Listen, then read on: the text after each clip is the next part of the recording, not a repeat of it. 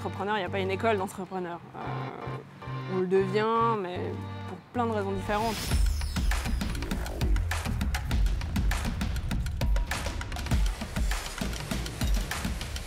Bienvenue au 5e étage. De l'entreprise Arche. Exactement. Là, on a le Salève. Ouais. Donc ça, c'est important pour toi. Hein. Oui, c'est vrai que c'est vraiment l'endroit où je vais me ressourcer. J'adore aller marcher au Salève quand je peux.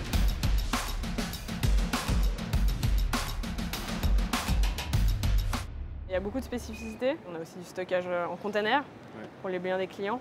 Pour les œuvres d'art surtout, il faut respecter des normes d'hygrométrie et de température très strictes pour la conservation des œuvres d'art.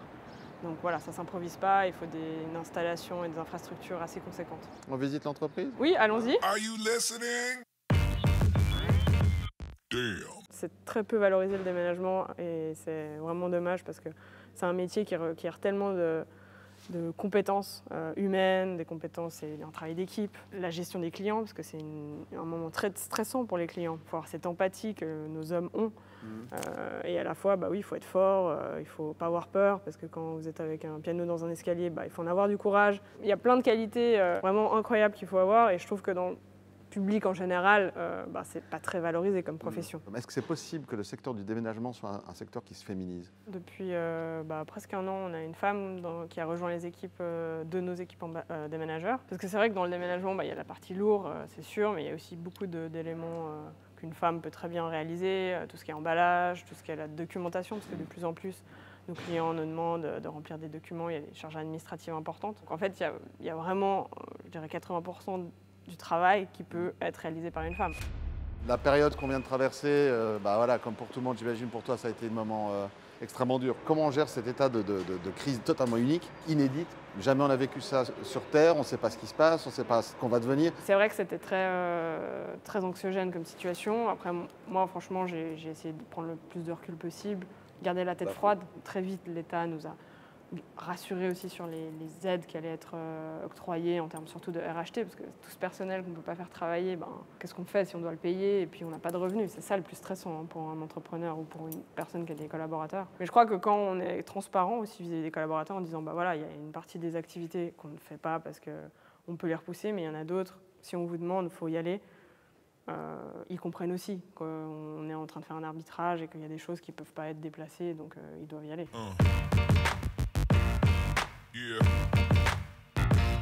Ok, on a pris un petit peu de recul par rapport au siège de l'entreprise. On est ici maintenant en pleine nature. C'est quoi un entrepreneur? Pour moi, c'est quelqu'un qui, à la base, a envie de créer quelque chose. Beaucoup d'entrepreneurs que je vois autour de moi, je crois que ce qui nous rassemble, c'est l'optimisme qu'on a quand on est entrepreneur. Parce qu'on croit en notre projet, on a besoin de croire en nous aussi. Et pour avoir ce courage, je crois qu'il faut aussi vraiment croire que ça va bien se passer. Et donc, il faut être très, très enthousiaste aussi. On parle du patron, le terme patron n'est pas nécessairement positif. Comment tu gères ça? Aujourd'hui, on est bien conscient qu'on doit avoir des gens qui ont du travail et que créer des emplois, c'est quand même la fonction d'un entrepreneur qui va justement entreprendre quelque chose et qui aura besoin de ressources pour accomplir et mener le projet à bien. Quel conseil tu donnerais aujourd'hui à un jeune entrepreneur qui se lance? Il va falloir travailler beaucoup et je pense que faire attention peut-être, parce que l'enthousiasme du début, à un moment, il ne retombe pas. En fait, il faut être assez fort psychologiquement et être prêt à ce que ce soit un marathon et pas juste un sprint. Quand on est CEO, on n'arrête jamais réellement de travailler. Non, c'est sûr, on a toujours en tête un problème ou aussi des choses positives. Alors moi, j'ai toujours un petit bloc de papier puis un crayon, parce que des fois, j'ai des idées juste quand on est dans cette phase où on va s'endormir, on a l'idée et du coup je l'écris. Alors ça m'arrive pas toutes les nuits, mais oui, c'est sûr qu'on est sans arrêt en train de réfléchir à notre projet, à notre entreprise. Are you listening?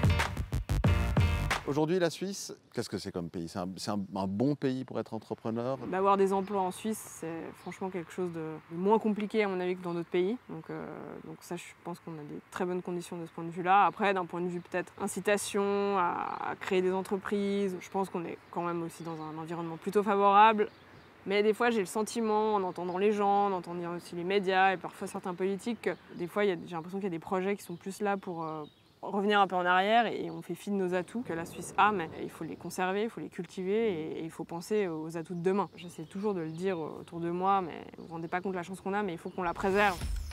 Et je pense que peut-être même que cette crise du corona aura mis encore plus en valeur la Suisse. On voit qu'on est, je crois, le meilleur État qui ait géré cette crise. Donc ça aussi, ça fait partie de ces atouts que la Suisse a, mais il ne faut pas s'endormir sur nos lauriers.